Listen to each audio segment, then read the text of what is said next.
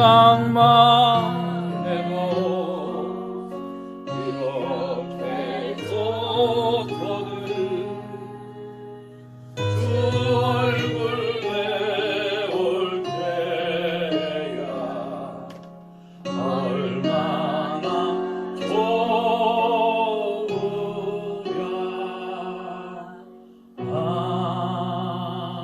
아멘.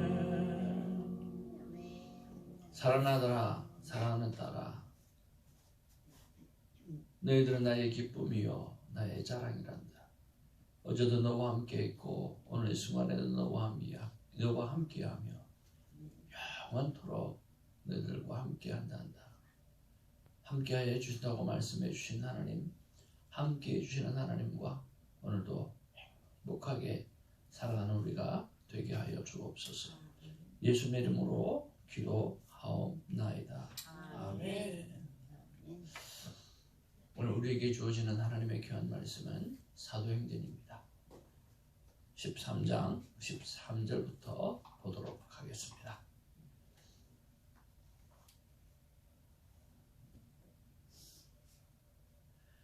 바울과 및 동행하는 사람들이 바보에서 배 타고 밤빌리아에 있는 버가에 이르니 요한은 그들에게서 떠나 예루살렘으로 돌아가고, 그들은 바에서 더 나아가 비시디아 안디옥에 이르러 안식일에 회당에 들어가 앉으니라.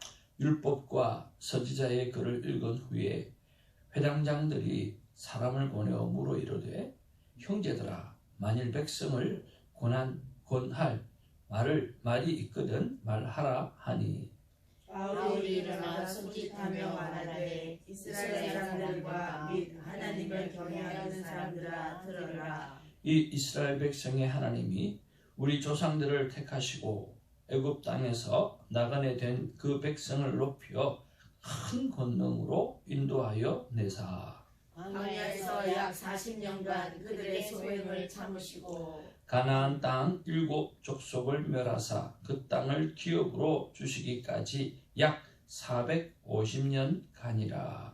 그 후에 선지자 사무엘 때까지 사사를 주셨더니 그 후에 그들이 왕을 구하거늘 하나님이 베냐민 지파 사람 기스의 아들 사울을 40년간 주셨다가 해하시고 다윗을 왕으로 세우시고 증언하여 이르시되 내가 이새의 아들 다윗을 만나니 내 마음에 맞는 사람이라 내 뜻을 다 이루리라 하시더니, 하나님이 약속하신 대로 이 사람의 후손에서 이스라엘을 위하여 구주를 세우셨으니 곧 예수라.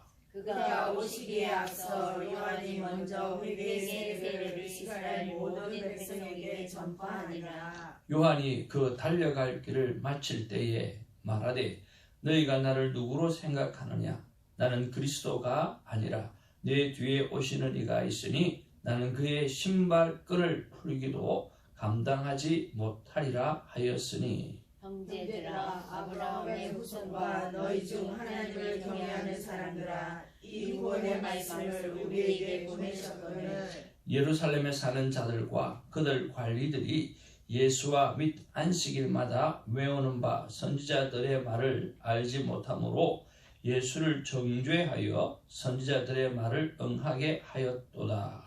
죽일 죄를 하나도 찾지 못하였으나 빌라도에게 주었다 하였으니, 성경에 그를 가리켜 거룩한 말씀을 다 응하게 한 것이라. 후에 나무에서 내려다가 무덤에 두었으나 하나님이 죽은 자 가운데서 그를 살리신지라.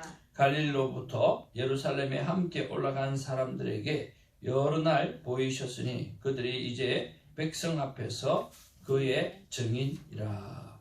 32절입니다. 우리도 조상들에게 주신 약속을 너희에게 전파하노니, 곧 하나님이 예수를 일으키사 우리 자녀들에게 이 약속을 이루게 하셨다 함이라.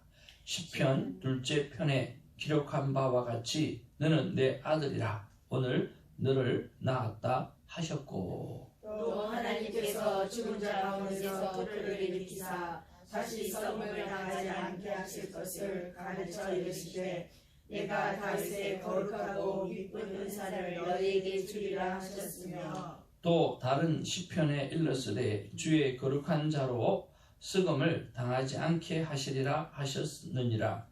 다윗은 당시에 하나님의 뜻을 따라 섬기다가 잠들어 그 조상들과 함께 묻혀 썩음을 당하였을 때 하나님께서 살리시는 이는 썩음을 당하지 아니하였나니 그러므로 형제들아 너희가 알 것은 이 사람을 힘입어 죄사함을 너희에게 전하는 이것이며 또 모세의 율법으로 너희가 의롭다 하심을 얻지 못하던 모든 일에도 이 사람을 힘입어 믿는 자마다 의롭다 하심을 얻는 이것이라.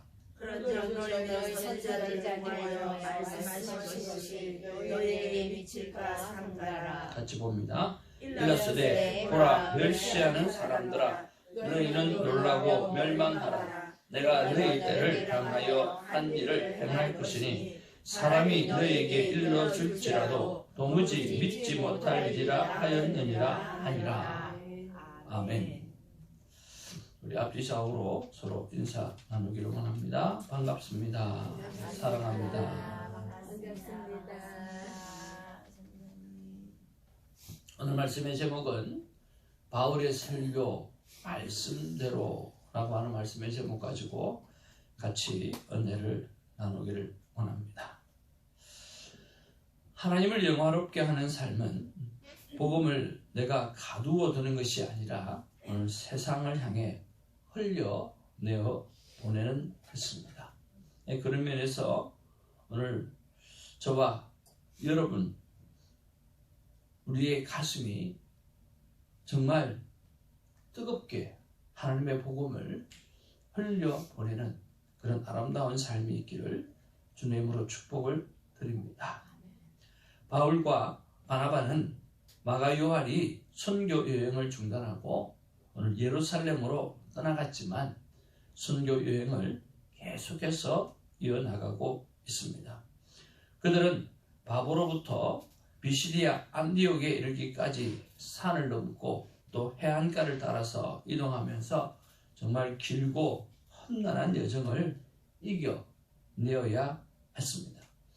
그럼에도 불구하고 그의 가슴 속에 불타오르는 정말 다이너마이트 같은 그런 복음의 열정은 그들을 멈추게 하지 못했고 오늘 안디옥에서 놀라운 설교를 하게 되어지는 일들을 오늘 본문을 통해서 알게 되었습니다. 바울이 사도행전에 들어와서 한 5차례 설교를 하지만 오늘 안디옥 교회에 와서는 처음으로 설교를 하는 내용입니다. 그런 면에서 그의 가슴 속에 불타는 예수 그리스도에 대해서 막 쏟아내는 그런 은혜를 볼 수가 있습니다. 바울과 바나바는 안식일에 회당을 찾아갑니다. 유대인들은 회당 예배 시에 율법을 낭독한 후에 회당을 방문한 랍비들에게 해석의 기회를 주는 것이 관례입니다. 회당장은 바울이 바리새인인 것을 알았기 때문에 그에게 형제라 그렇게 부르면서 강론할 수 있는 기회를 줍니다. 바울은 기회가 왔을 때 오늘 복음을 멋지게 전하는 그런 것을 볼 수가 있습니다. 저는 이것을 통해서 신학교 때 배웠던 것들이 기억이 나고 또 선배 목사님이 늘 했던 것이 기억이 납니다. 그게 무엇이냐고 하면 언제 어느 때든지 간에 설교자는 목회자는 복음을 준비하고 또 설교할 수 있는 준비가 되어져 있어야 된다고 말씀하는 것이었습니다. 준비가 되지 않은 것이 아니라 언제나 준비가 되어 있고 5분 전에 1분 전에 누가라고 부탁을 하더라도 설교 부탁을 받으면 거절하지 말라라고 하는 것이었습니다. 왜냐고 하면 그것은 복음을 전하는 자로 쓰임받기 때문인 것입니다. 물론 우리에게 많은 준비가 필요하고 그렇게 해야만 되어지는 것입니다. 그러나 더 중요한 것은 오늘 내가 강단에 서서 오늘 복음을 맡은 자로서 입술을 열 때마다 하나님의 사랑을 토해내는 그런 사랑과 열정이 있어야 한다라고 하는 거예요. 그런 면에서 바울과 바나바는 지금 갑작스럽게 만나는 것입니다. 그렇잖아요. 그런데 그것에 대해서 바울은 담대하게 그리고 멋진 설교를 해내고 있습니다. 여러분, 멋진 설교는 무엇입니까? 수많은 예화가 있고 또 감동이 있는 것이 멋진 설교입니까? 그렇지 않습니다. 멋진 설교는 딱 하나입니다. 오직 예수. 오직 예수. 그 오직 예수가 가장 멋진 설교입니다. 제 담임 목사님께서 교회를 다니는 목사님께서 설교하실 때 설교가 뭐냐라고 이야기했던 것 여러 번 말씀드렸지만 저는 그 정의가 맞다는 생각이 들어서 자꾸만 선포합니다. 설교가 무엇입니까?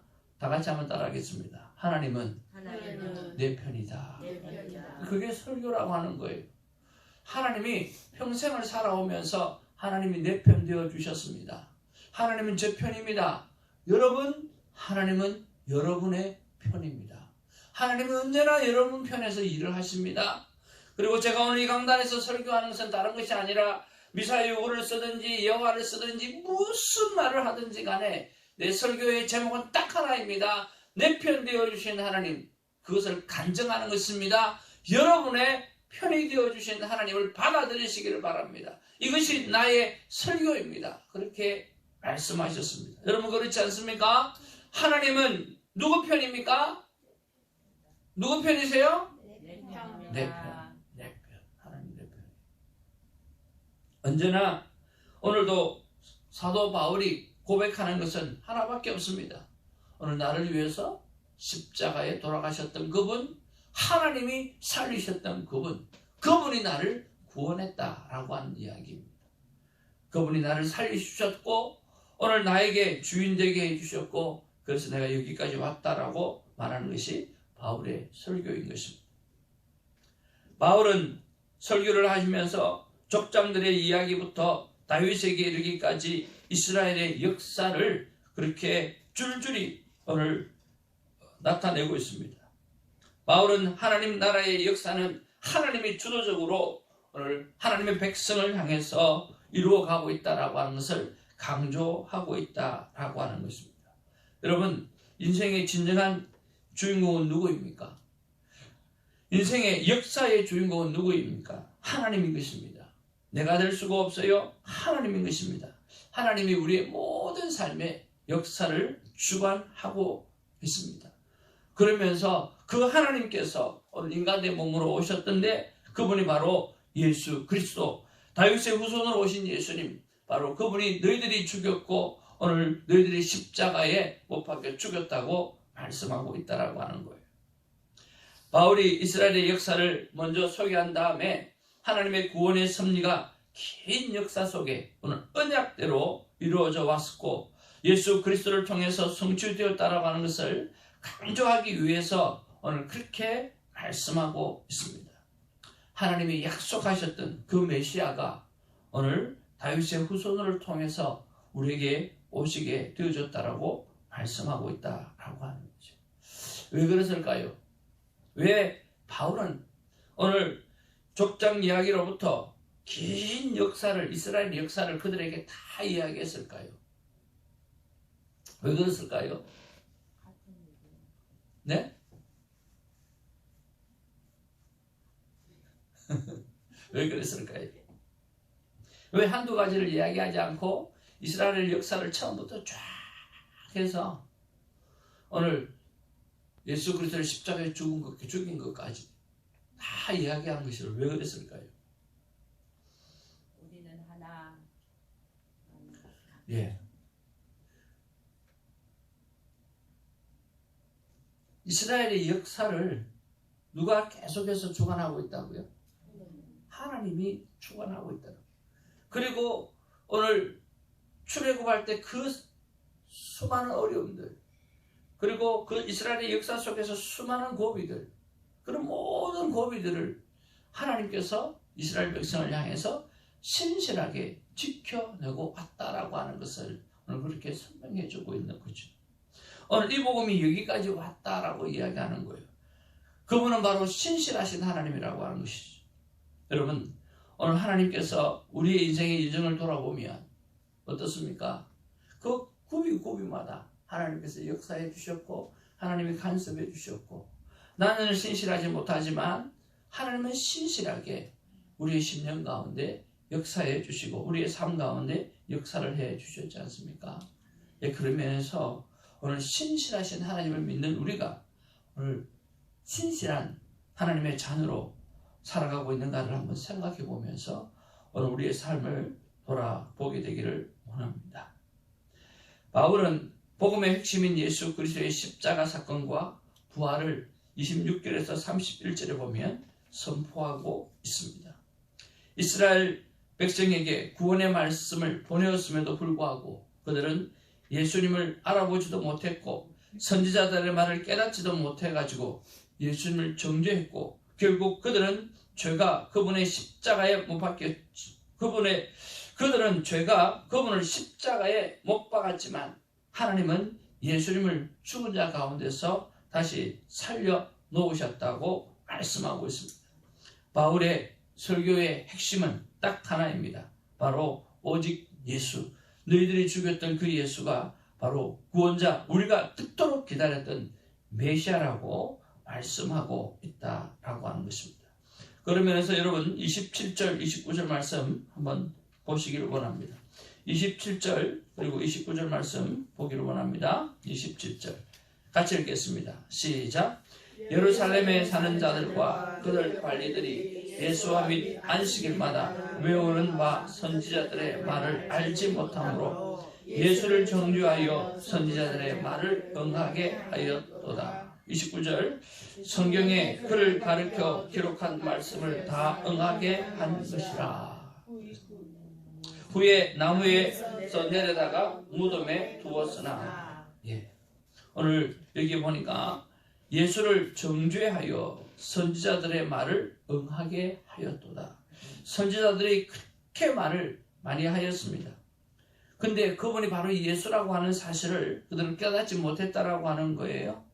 그런데 나중에 결과적으로 보게 되어지니까 그 선지자의 모든 말씀을 응하게 하기 위해서 말씀대로 되어지는 것을 확신하게 보여주기 위해서 오늘 말씀하고 있다는 말하는 거예요. 그리고 또 성경에 그를 가르쳐 기록한 말씀을 다 응하게 한 것이라 그렇게 말씀하고 있다라고 하는 거예요.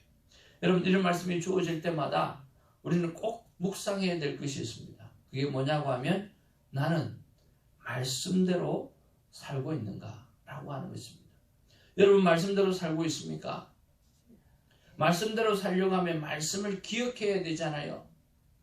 그 기억하는 말씀이 있냐라고 하는 것입니다.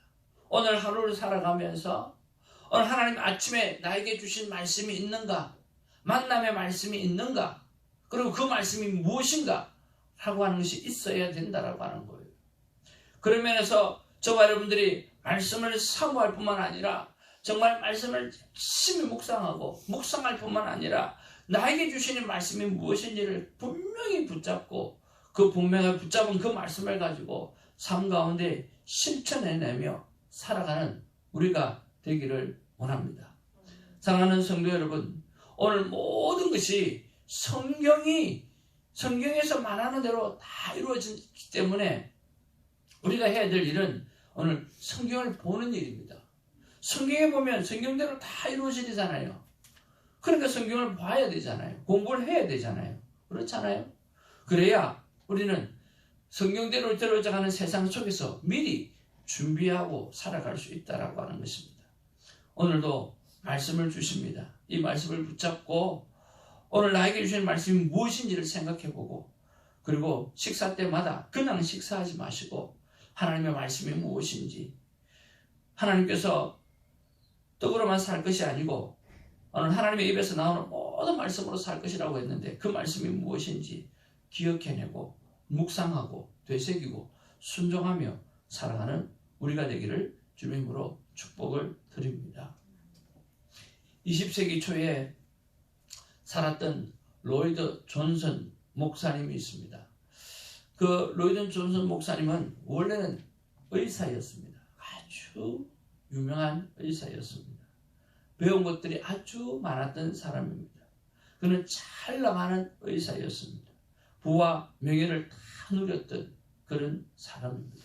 그런데 나중에 목회자로서 소명을 느끼고 의료계와 상류층의 모든 베네핏을 다 내려놓고 웨일스 해변의 가난한 동네에 가서 작은 교회를 목회했습니다.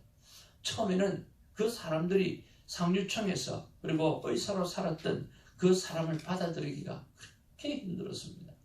아마 이 목사님도 되게 힘들었을 거예요.